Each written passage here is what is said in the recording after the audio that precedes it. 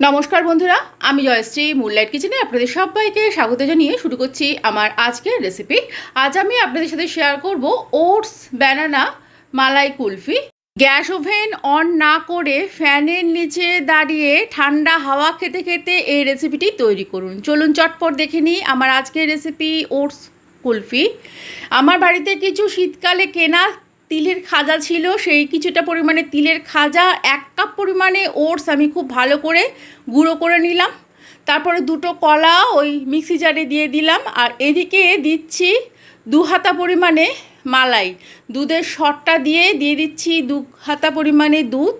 পরে পরিমাণ মতন দুধ আমি এর মধ্যে অ্যাড করব। এখন 1 কাপ পরিমাণে নর্মাল টেম্পারেচারে থাকা দুধ নিয়ে নিলাম, তার মধ্যে 1 চামচ পরিমাণে কর্নফ্লাওয়ার খুব ভালো করে গুলে এই মিক্সি জারের মধ্যে দিয়ে দিচ্ছি। দিয়ে দিলাম একই কাপের মাপে আরও 1 কাপ দুধ। মিক্সি জারে ঢাকা আটকে খুব ভালো করে ব্লেন্ড করে নিলেই রেডি হয়ে যাবে আমাদের ওটস ব্যানানা মালাই কুলফি। দেখেছেন কত সুন্দর থিক তৈরি হয়েছে।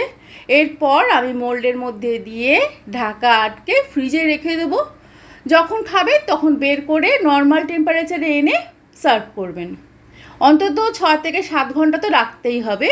ডিপ ফ্রিজ থেকে আমি মোল্ডটা বের করে কিছুক্ষণ বাইরে রেখে সার্ভ করে দিলাম।